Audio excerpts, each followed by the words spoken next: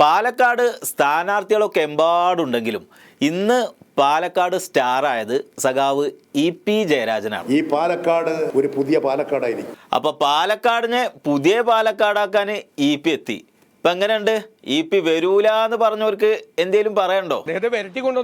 അങ്ങനെയൊക്കെ ചെയ്യോ സുരേന്ദ്രേട്ടാ? നിങ്ങൾക്ക് എന്താ തോന്നണേ? MP രാജേഷിന്റെ താത്വിക അവലോകനം ഉണ്ടാവും. അദ്ദേഹം പറയുന്നത് പിന്നെ ആർക്കും മനസ്സിലാവില്ല. എന്തൊക്കെയാണെങ്കിലും ഈ പുസ്തകം ഇറങ്ങണതിന്റെ മുമ്പേ EP-നെ പാലക്കാട് ഇറക്കി എന്നുള്ളത് നല്ലൊരു നീക്കല്ലേ ഹസൻ സാഹിബ്? ഈ തെരഞ്ഞെടുപ്പിൽ തന്നെ ഒരു പാർട്ടി യോഗങ്ങളിലും പങ്കെടുക്കാത്ത EP ജയരാജനെ ഇപ്പൊ ക്ഷണിച്ചു കൊണ്ടുപോയി ഇന്ന് പാലക്കാട് പ്രസംഗിപ്പിക്കുക. നിങ്ങൾ വിഷയാക്കണ്ട.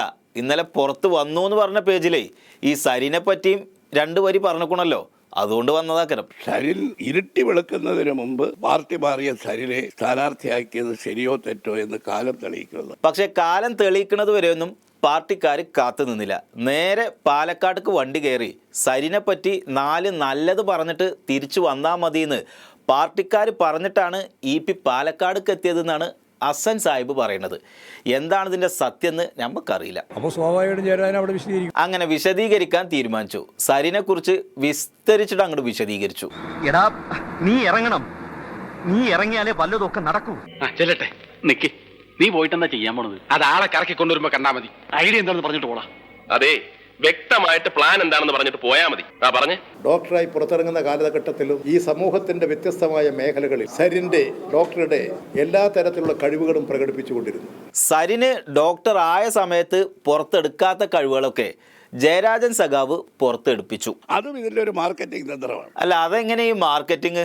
ബുക്കിന്റെ മാർക്കറ്റിങ്ങോ അതോ സരിന്റെ? കാരണം ഇതുപോലെ LDF സ്ഥാനാർത്ഥിയെ കുറിച്ച് സ്വന്തം വ്യക്തിപരമായ അഭിപ്രായം തുറന്നു പറഞ്ഞു. അദ്ദേഹം പാർട്ടിയിൽ നിൽക്കുകയാണ്. പാർട്ടി അദ്ദേഹത്തെ ഭീഷണിപ്പെടുത്തിയിട്ടാണ് പാലക്കാട് കൊണ്ടുവന്നിട്ട് അദ്ദേഹം എഴുതിയതിനെതിരായിട്ട് അദ്ദേഹത്തെ കൊണ്ട് സംസാരിപ്പിക്കുന്നത്. അല്ല, പറഞ്ഞ പോലെ നമ്മൾ എഴുത്തെന്തായി സഖാവേ? ഞാൻ ഒരു പുസ്തകം തയ്യാറാക്കുന്നു. ഹസൻ സാഹിബേ, അത് നടക്കുന്നുണ്ട് കേട്ടോ, സംഗതി നിർത്തിയിട്ടില്ല. യഥാർത്ഥത്തിൽ ഇത് EP ജയരാജന്റെ ആത്മനൊമ്പരകരുടെ ആത്മകഥയാണ്. അല്ല, അതെങ്ങനെ ജയരാജേട്ടാ? ഈ ഹസൻ സാഹിബിന് കഥ മുഴുവൻ മനസ്സിലായല്ലോ. ഞാൻ എന്റെ പുസ്തകം ഇതുവരെ തയ്യാറായില്ല. പക്ഷെ ഹസൻ സാഹിബിന് കഥ മനസ്സിലായി. അല്ല സാഹിബേ, നിങ്ങൾ മനസ്സിലാക്കിയിടത്തോളം എങ്ങനെ ബുക്ക് ഇറങ്ങിയാൽ നല്ലോണം വിറ്റുപോകുമോ? ചൂടപ്പം പോലെ വിറ്റുപോകും. ജയരാജേട്ടാ, ചൂടപ്പം പോലെ സാധനം വിറ്റുപോകുന്നാണ് ഹസൻ സാഹിബ് പറയണേ. ഇതെങ്ങനെ കച്ചവടാക്കാൻ ആരെങ്കിലും ഏൽപ്പിച്ചിക്കണോ? പാർട്ടി അനുമതി വേണം. പാർട്ടിക്കാരെ ഇത് ചൂടപ്പം പോലെ വിൽക്കാന് നമ്മൾ ഏത് വണ്ടിയിലാ കൊണ്ടുപോവുക? കേരളയിൽ പോകും. അപ്പൊ കേരളയില് ഇത് ചൂടപ്പം പോലെ വിൽക്കാൻ പറ്റിയ ഒരു ഐഡിയ നിങ്ങൾ പറഞ്ഞു കൊടുക്കും മാഷേ. രാവിലെ പുറപ്പെട്ടിട്ട് എവിടെയാണോ എത്തേണ്ടത്, ഒരു 2 മണിക്കൂർ 2.5 മണിക്കൂർ കൊണ്ട് എത്തിയില്ലേ, അവിടെ എത്തി അപ്പം വിറ്റ് തിരിച്ച് നേരെ വരികയാണ്. രാവിലെ ബ്രേക്ക്ഫാസ്റ്റ് കഴിച്ചിട്ട് പോകുന്നു. തിരിച്ചു വന്നതിന് ശേഷം അവർക്ക് ഉച്ചഭക്ഷണം കഴിച്ചാൽ മതി. ഹസൻ സാഹിബേ, ഒരു ബുക്ക് വിൽക്കാനുള്ള പ്ലാൻ വരെ റെഡിയാക്കി നിൽക്കുകയാണ്. ഇനിയിപ്പോ ഇതിന്റെ പേരിൽ തെറ്റിപ്പിരിന്ന് നമ്മൾ ആശ വെക്കണോ? അദ്ദേഹത്തിന്റെ രാഷ്ട്രീയ സമീപനം നിലപാടൊക്കെ തീരുമാനിക്കുന്ന അവസരത്തിൽ നമുക്കത് അപ്പം ആലോചിക്കാവുന്ന കാര്യങ്ങളാണ്. ജയരാജൻ സഖാവേ, ഹസൻ സാറ് ഇങ്ങടെ ഒരു പാലം ഇട്ടിക്കണം കേട്ടോ.